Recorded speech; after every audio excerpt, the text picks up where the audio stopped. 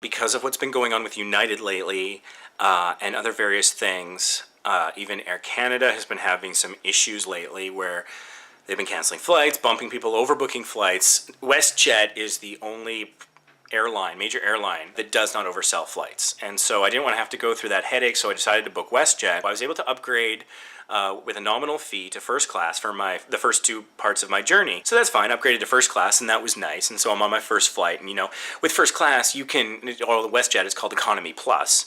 It's nice. They remove the middle seats, so there's plenty of room. You get additional leg room. That's very nice. You're at the front of the plane and early boarding, sort of the standard stuff. And of course, you get like unlimited alcoholic beverages, for example. I'm not a heavy drinker when I'm flying. I've got all these connections to make. I didn't want to have my judgment impaired in any way.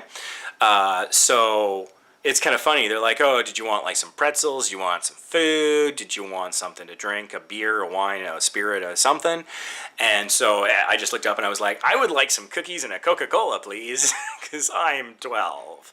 And I felt a little silly, but the flight attendant was like, you know what, you're going to be my easiest customer all day. Thank you. Thank you for this. So I had that, and that was fine. And I just wasn't hungry because it was early in the day and I had some food at the airport.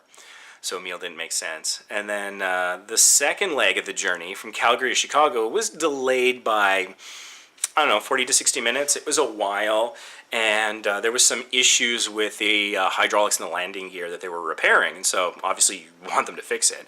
But it was funny because I was like wondering if there was going to be a problem, because the only time WestJet will bump somebody is if they have to downgrade from a larger aircraft to a smaller one, and there are fewer seats just because of the smaller size of the aircraft, which is completely understandable. I think everyone would agree.